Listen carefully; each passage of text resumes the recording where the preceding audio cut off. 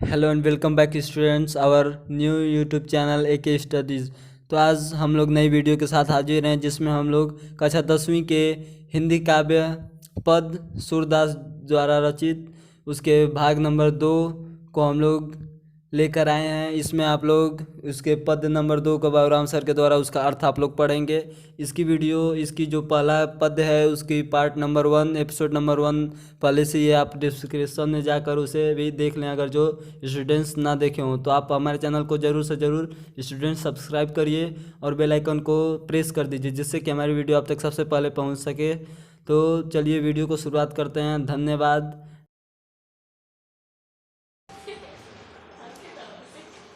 अभिगत गति कछु कहत न आवे, ज्यों गूंगे मीठे फल को रस अंतर्गत ही भावे। परम स्वाद सब ही सुनिरंतर अमित तोष उपजावे, मन बानी को अगम अगोचर सो जाने जो पावे। रूप रेख गुण जात युगत बिन निरालंब कि धावे, सब्विद अगम विचार ही ताते सूर सगुन पद गावे। इस पद में सूरदास श्री कृष्ण के कमल रूपी सगुण भक्ति भावना को व्यक्त किया है, प्रस्तुत किया है। इन्होंने निर्गुण ब्रह्म की आराधना को अत्यंत कठिन और जटिल बताया है। इस पद में सूरदास जी कहते हैं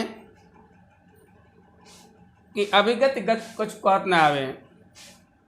अभिगत मीन्स अज्ञात निराकार, उस निराकार परब्रह्म परमात्मा के बारे में कछु कहत न आवे, कुछ कहा नहीं जा सकता है।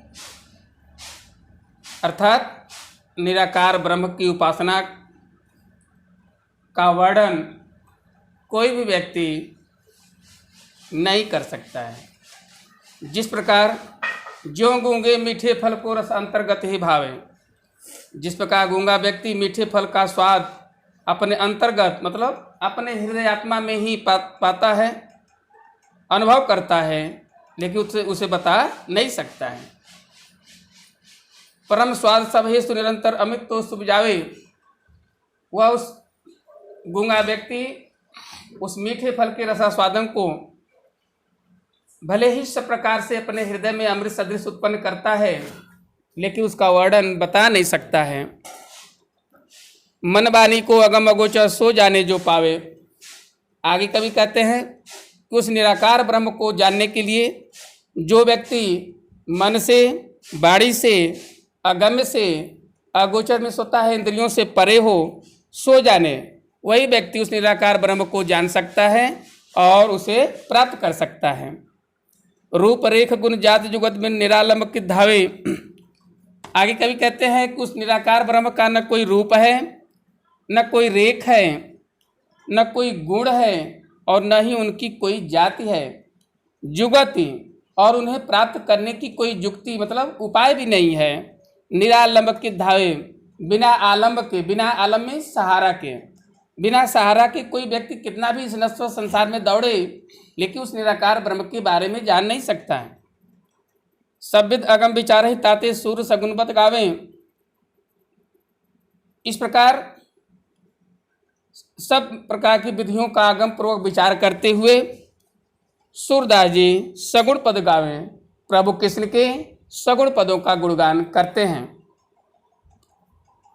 एक बार फिर से सुन लो। अभिगत गत कछु कहत न आवे। सूरदास जी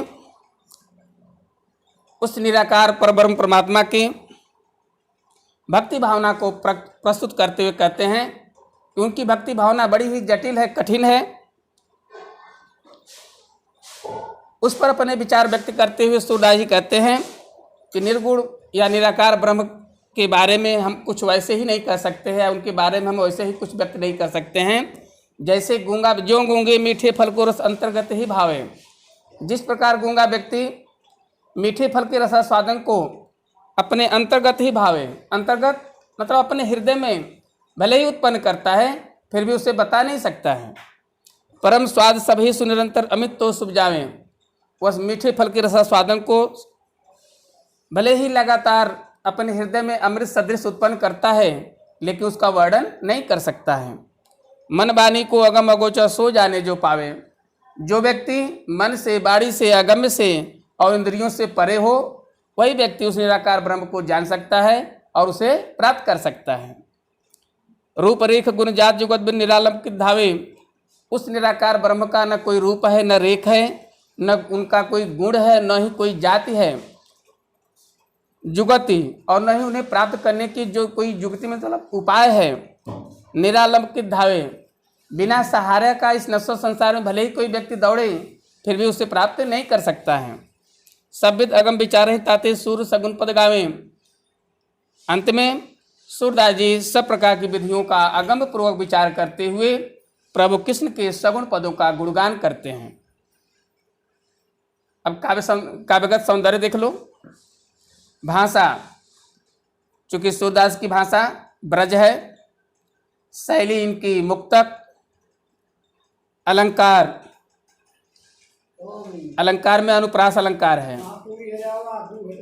अनुप्रास अलंकार की पहचान इसलिए इसमें है, जैसे अगम अगोचर, मन वाणी, इसमें एक शब्द की एक से अधिक बार पुनरावृत्ति हो रही है, इसलिए अनुप्रास अलंकार है।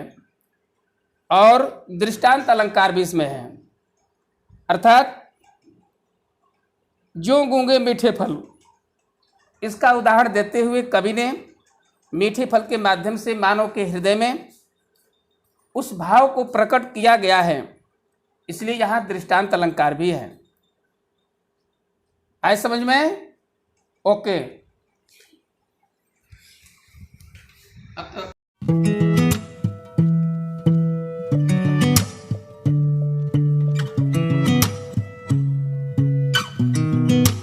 I sound really fine.